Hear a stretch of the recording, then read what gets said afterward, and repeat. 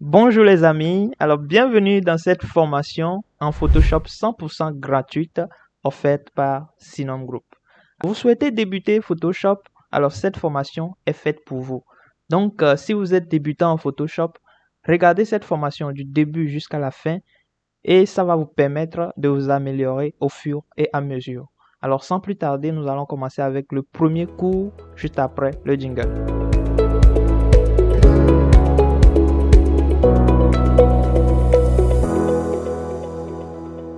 Alors les amis, nous allons apprendre les notions essentielles, les outils essentiels pour commencer Photoshop. Si vous n'avez pas Photoshop sur votre ordinateur, je vous laisse le lien de téléchargement gratuit en description.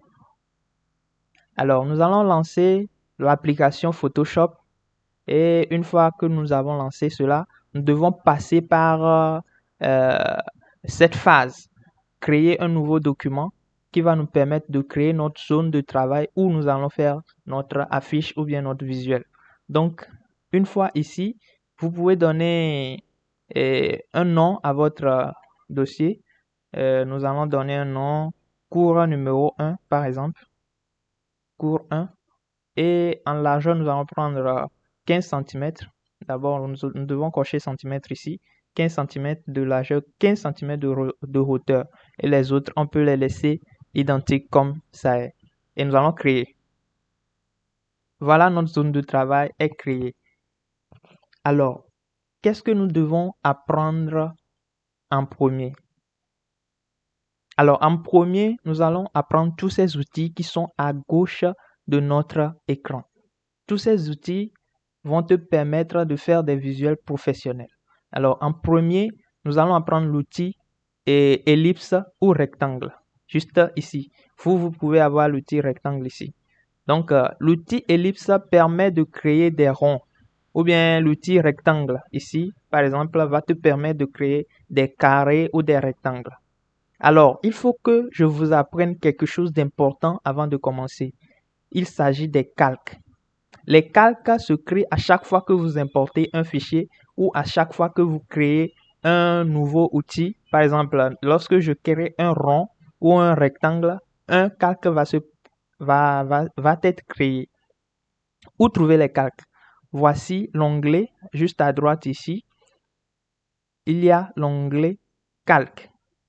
Nous allons essayer de créer un rectangle. Pour créer un rectangle, nous allons cliquer sur rectangle et venir dans la zone de travail, glisser notre souris pour créer le rectangle.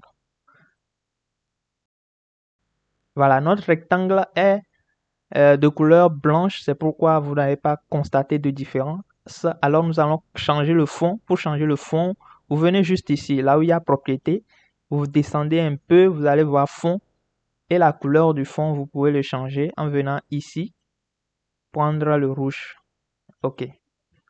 Donc, une fois que nous avons créé ceci, nous allons aller dans notre calque ici, calque. Vous allez voir qu'un nouveau calque s'est créé qui s'est nommé rectangle 1.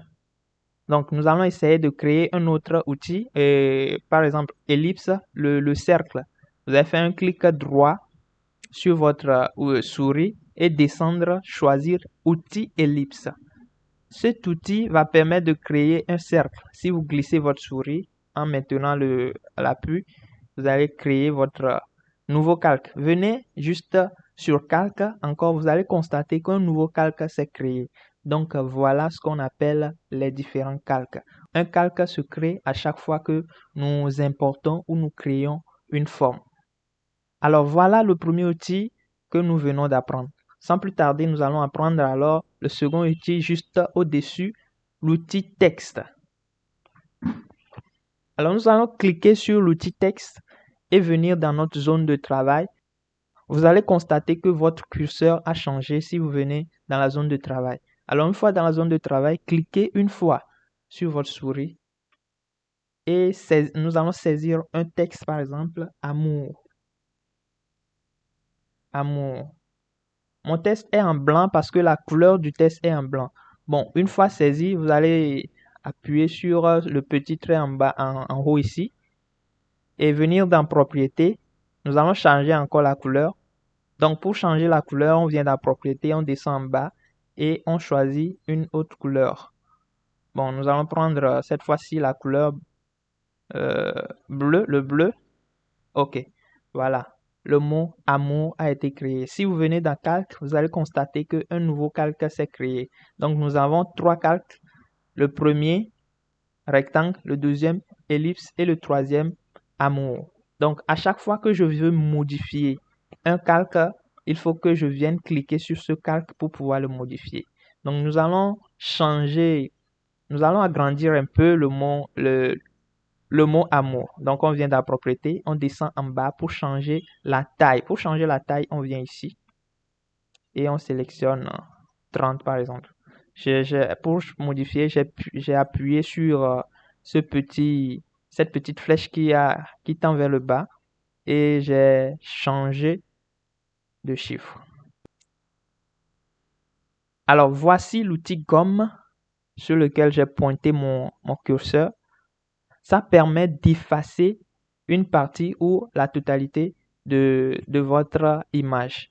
Donc ici, nous n'avons pas d'image.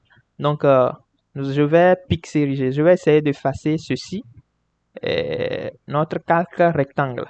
Nous allons venir sur le calque de rectangle et nous allons essayer de l'effacer. Alors, je vais essayer d'effacer ce rectangle. Et essayons tous ensemble d'appuyer sur notre souris. Ça nous demande quoi? Ce calque de formation doit être pixelisé. Nous appuyons sur OK. Donc, une fois sur OK, vous allez constater que la gomme va devenir rond et vous pouvez effacer en appuyant dessus.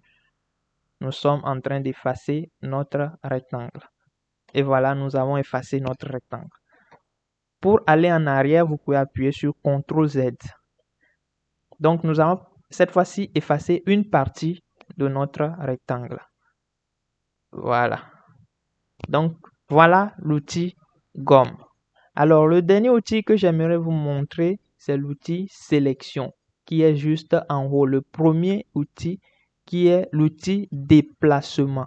L'outil déplacement permet de déplacer les objets ou bien les formes qui ont été créées. Par exemple, nous allons prendre cet outil et nous allons essayer de déplacer notre ellipse ou bien notre cercle. Voilà, appuyez dessus, maintenez appuyé et vous allez voir que vous pouvez déplacer cet outil. Voilà les bases de Photoshop. Dans une prochaine vidéo, nous allons continuer avec le cours numéro 2 qui va rentrer plus en profondeur et te permettra d'apprendre et d'améliorer tes performances en Photoshop. Alors je vous dis à la prochaine pour une nouvelle vidéo.